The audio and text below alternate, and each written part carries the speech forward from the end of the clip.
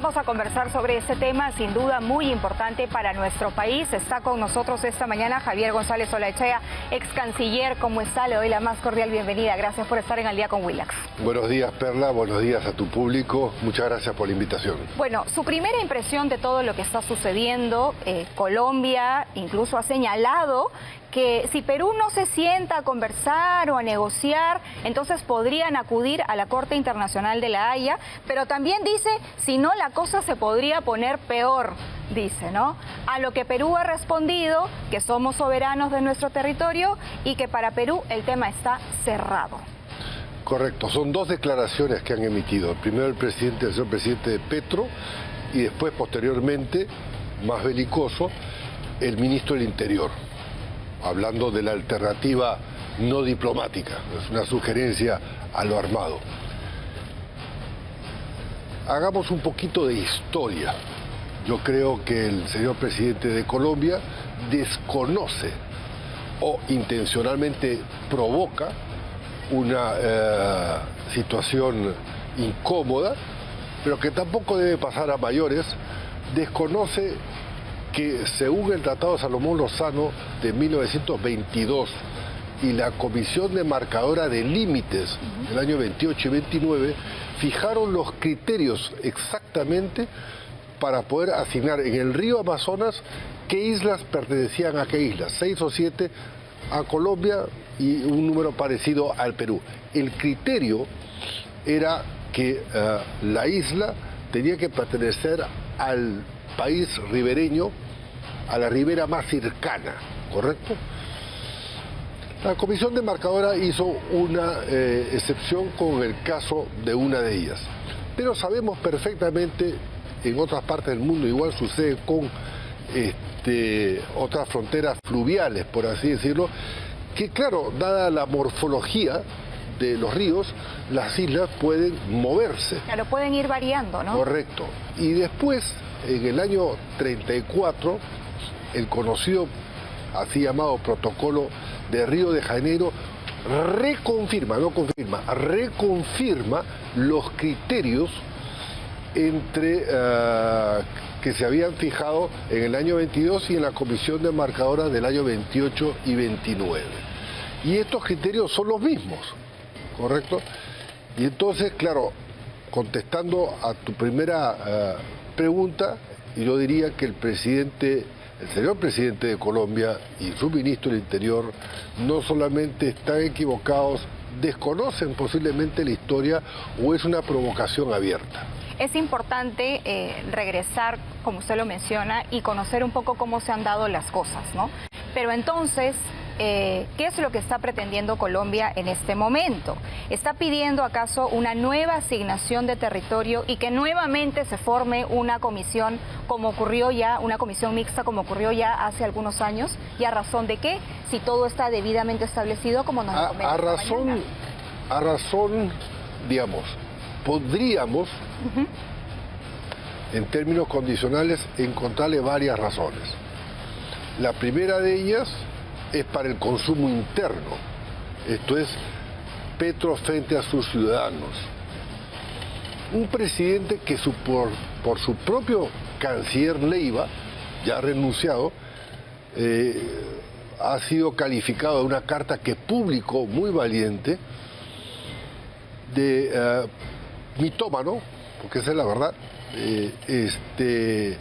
afecto a estupefacientes y con unas conductas que desdicen de lo que debe ser el comportamiento de un primer mandatario. En esa carta, que fue publicada en 4 páginas, incluso cuenta, porque él era canciller, que en una visita a Francia oficial, una visita de Estado, se desapareció 3 días. Y la policía francesa no podía encontrarlo. O sea, hay una conducta del señor presidente Petro que obviamente tiene unos altibajos que no sabemos si son producto de estas dependencias que, según el canciller Leiva, no había abandonado entonces. Y en adición, claro, ha mencionado hace pocas semanas que quieren caminar a Colombia a un proceso constituyente, como otros países, digamos, bolivarianos, de esa ideología, para ¿no? perpetuarse en el poder. No lo descarto, toda vez que muchas veces se acude a crear una suerte de escenario bélico con un país vecino para aglutinar supuestamente una unidad nacional, en este caso colombiana, que lo favorezca. Pero sabemos perfectamente que hasta políticos importantes, internacionalistas importantes de Colombia, no solamente lo acusan de esta utilización posible de un conflicto inexistente para favorecerse. De acuerdo. Yo tengo más tarde 3 entrevistas con medios colombianos que, conociendo, porque no es la primera vez que me llaman, la posición que he tenido en distintas circunstancias como canciller de la República, estoy seguro o casi seguro que van a partir con esas preguntas. De acuerdo. Ahora, si a eso le sumamos el trasfondo político,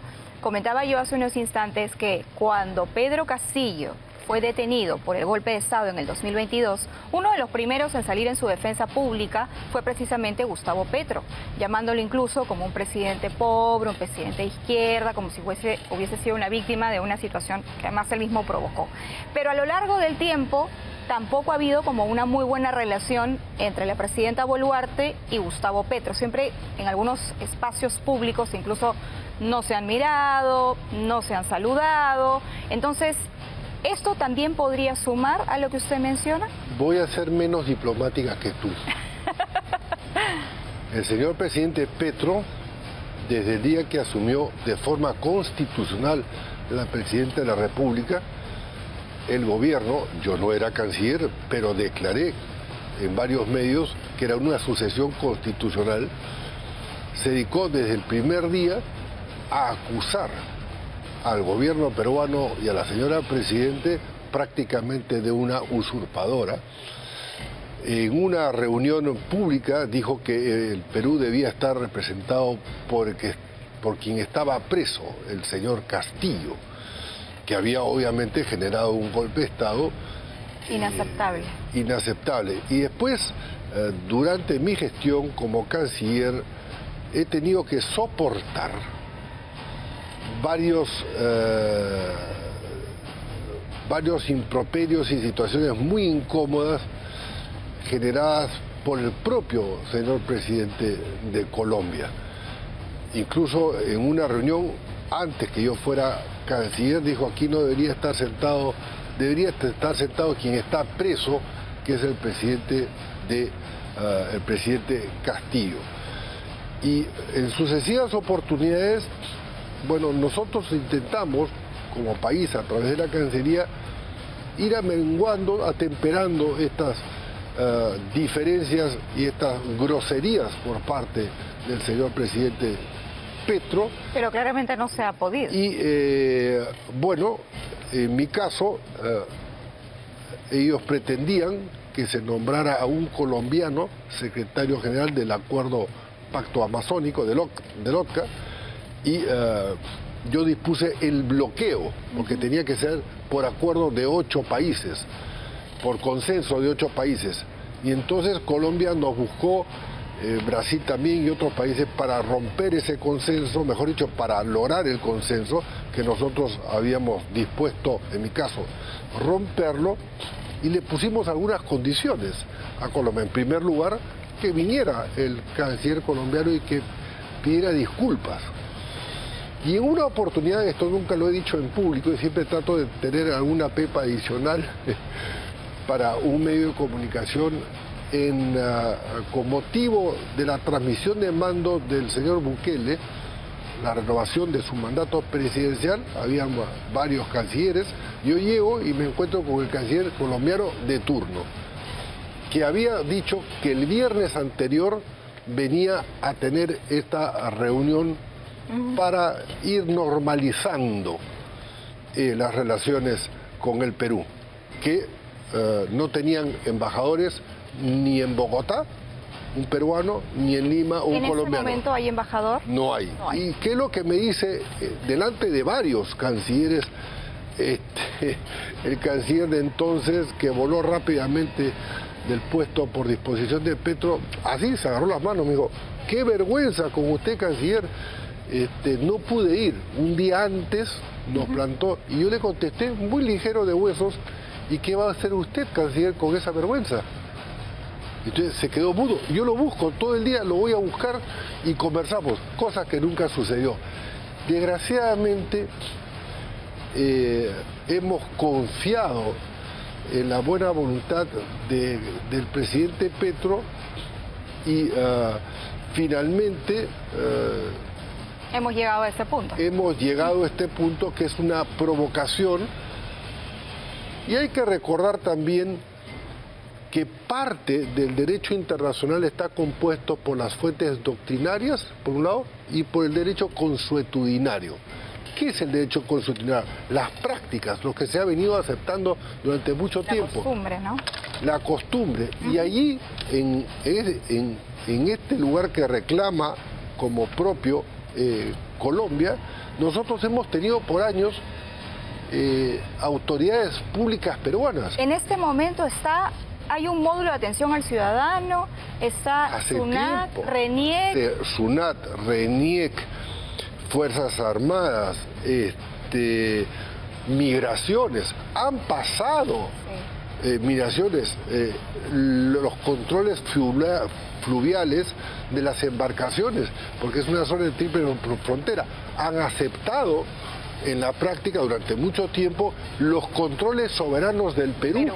Entonces, también está esto como fuente de derecho, por lo cual nos asiste jurídica y fácticamente la verdad absoluta, ni siquiera relativa. Es una triple frontera, como bien lo señala, está Leticia, ¿no? Colombia, está Santa Rosa, Perú, también está Tabatinga, Brasil. Correcto. Pero a ver, si esto escala un poco más y Colombia continúa insistiendo en que debería formarse nuevamente una comisión para determinar una vez más cuál es ese territorio y a quién le pertenece, cosa que para Perú está clarísima, ¿qué es lo que le quedaría a Perú? Porque el canciller ha dicho, vamos a ir a la Corte Interamericana, vamos a ir a la Corte de la Haya. O sea, ¿cuál sería el camino diplomático? Mira, lo que establece la Carta de las Naciones Unidas es que los problemas y los conflictos deben ser resueltos mediante formas pacíficas. Y una de ellas, obviamente, es acudir a la Corte de la Haya.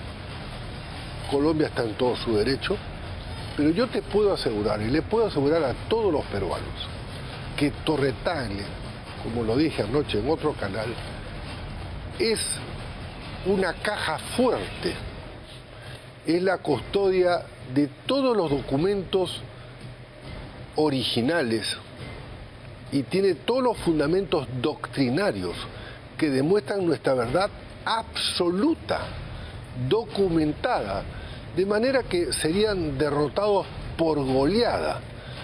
Y ahí el concurso de todos los peruanos tiene que ser la unidad nacional, como actualmente se está produciendo. Yo en un programa anoche, concretamente entrevistado en Willax, la entrevistadora de las 10 de la noche dijo, aquí es curioso porque varios de los entrevistados, normalmente ex cancilleres, tienen una sola posición. Es que no puede haber otra. Bueno, pero está claro, usted lo acaba de decir, hay un tratado, que es el Tratado de Salomón Lozano, que dijo tantas islas para Perú, tantas islas para Colombia. Correcto. Y dentro de esas islas estaba Santa Rosa, claramente. Había una chinería, ¿no? La chinería estaba en territorio colombiano, pero la comisión demarcadora del 28 y del 29 se la asigna de forma unánime, compuesta por técnicos colombianos y técnicos peruanos, al Perú. Pero después, con el tiempo, se va uniendo, por así decirlo, acercándose a la ribera peruana, y entonces el criterio no puede variar. Claro. O sea, el criterio de la isla pertenece a la ribera del país, cualquiera de todos sea, más cercano. ¿Ese es el criterio de Talweg, que creo que es una línea imaginaria? Claro, el Talweg significa básicamente la caladura, la hondura y el curso de las aguas, el curso de los ríos. Y eso en adición le da una razón más a Perú poderosa y que, como dije y ha sido recogido, me parece en Expreso, en el Comercio de hoy, hasta un estudiante de geografía de Colombia podría ir y constatar que lo que está diciendo el Perú es una verdad. Y el señor presidente de Colombia está usando, desgraciadamente, una vez más, argumentos falaces.